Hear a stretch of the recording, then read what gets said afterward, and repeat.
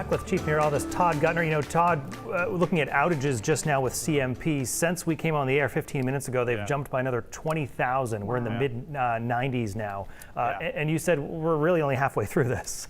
Yeah, we're only halfway through with regard to the rain, with regard to the wind.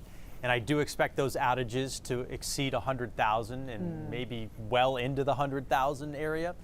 But we're thankfully getting through the tidal cycle here, Brian and Amanda. Good afternoon, everyone.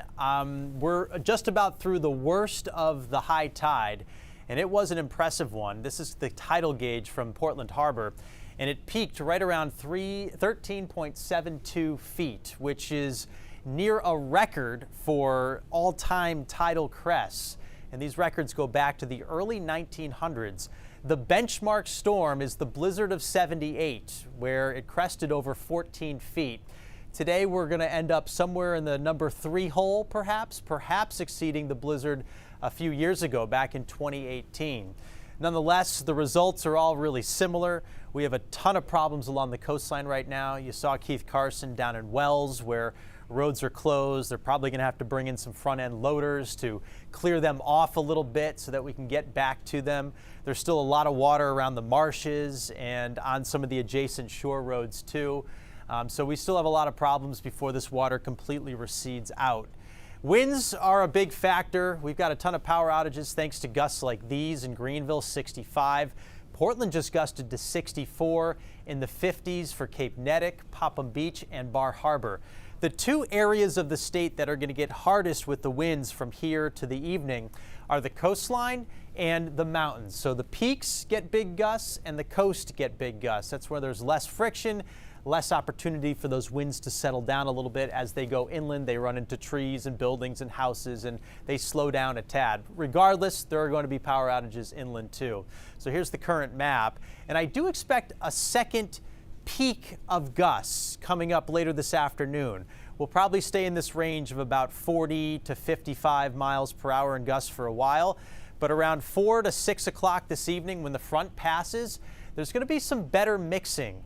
Downsloping will occur as the winds flip into the southwest, and that will promote some bigger gusts from aloft getting down to the surface. So I'm a little nervous that we're going to tack on quite a few more outages later on today. During the evening, those winds start to settle a little bit. While the wind is active tonight and tomorrow too, we won't be strong enough to create more outages. It'll just complicate the restoration effort, sadly, and some of these outages could be out for days. Radar shows a lot of precip in the state right now. We're getting into that lull that I spoke of earlier this morning, where it's just kind of spotty and showery across southern Maine, including York County and southern parts of Cumberland County and the Portland area. But we're still looking at some very heavy rain for the Oxford Hills, Lewiston, Auburn, Augusta, Waterville. It's pretty much flipped over to all rain in the mountains now. We got about 6 inches, by the way, so I think we're going to hold most of the snowpack when it's all said and done. Pouring throughout eastern Maine, Bangor included, Ellsworth down to Bar Harbor. There is a rain-snow line, but it's pretty much north of Millinocket at this point and won't last too long up there. So if you look at the timeline, there's a second surge of rain with the front itself. Might be some rumbles of thunder in here too. Then that quickly moves out by 8 o'clock. One last rain or snow shower perhaps. The leading edge of the cold air will come pouring in overnight. We see a flash freeze. Anything that doesn't dry up in that wind overnight will freeze up. I got a feeling it's going to be very icy in a lot of towns tomorrow morning. If not the roads, then definitely back decks, definitely driveways and sidewalks too. Be careful with that first step. During the day on Saturday, it's partly sunny. It's not very warm. Our wind chills are going to be in the teens. And then here's Christmas Day. A lot of sun throughout the state, but we're also looking at highs in the 20s. Marine forecast. Hurricane force wind warning out there. There will be gusts over 75 miles per hour in the open water. Seas are running around 20 feet. Here's our 7-day forecast. Rain and wind to complete the rest of the afternoon. And then it tapers off. Tomorrow's cold with a mix of sun and clouds. Christmas Day bright, but only in the 20s. Early next week, we'll also see some sunshine, maybe some flurries on Tuesday, but certainly no big storms.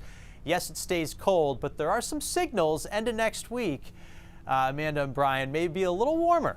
May actually see 40 degrees or perhaps even higher for New Year's Eve weekend. Something to look forward to after this cold blast we're about to get. Absolutely. And Todd, it seems like the good news here is at least it's a fast moving system. We're looking at kind of one day of really bad weather and then we can start rebuilding from that. Todd, thanks to you.